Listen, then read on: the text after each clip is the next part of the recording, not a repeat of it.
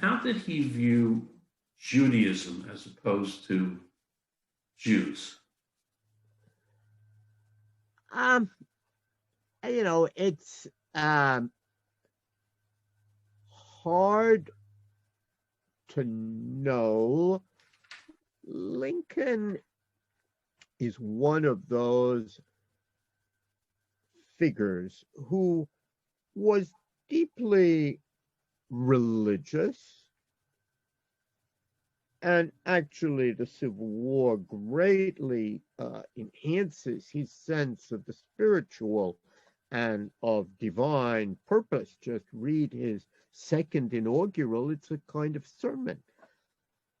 But it's not clear that he is deeply Christian. Um, and the fact that he knows Jews allows him to think of an America that, to use a contemporary word, is more religiously diverse and pluralistic. We don't often remember when we use the term that it was Lincoln who introduced the term that we say in the Pledge of Allegiance, this nation under God. It's in the Gettysburg Address. But just compare what Lincoln said in that very brilliant short Gettysburg Address with all the other speeches, especially Edward Everett's endless talk goes on. Edward Everett turns the Battle of Gettysburg into a Christian event, even though there were quite a few Jews on the battlefield.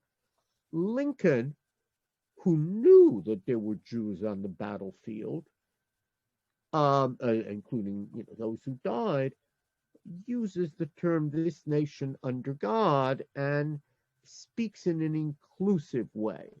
Now, I don't think that was true of an earlier Lincoln, and even in Lincoln's initial public speeches as president, on one occasion he referred to America in Christian terms, but he seems to have taken to heart criticisms when he did that, and as he proceeds, he's much more careful to use broad, inclusive language.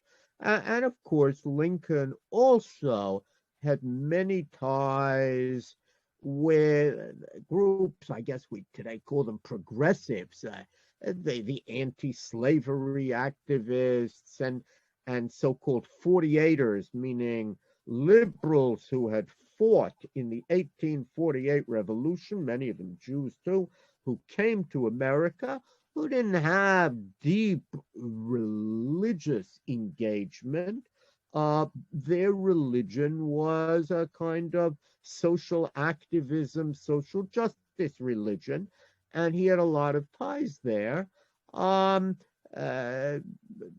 So, I mean, actually, the family of Louis Brandeis and the Dembitzes, some of the Dembitzes, they would be part of that crowd as well. And there are many others whom we talked about in the book.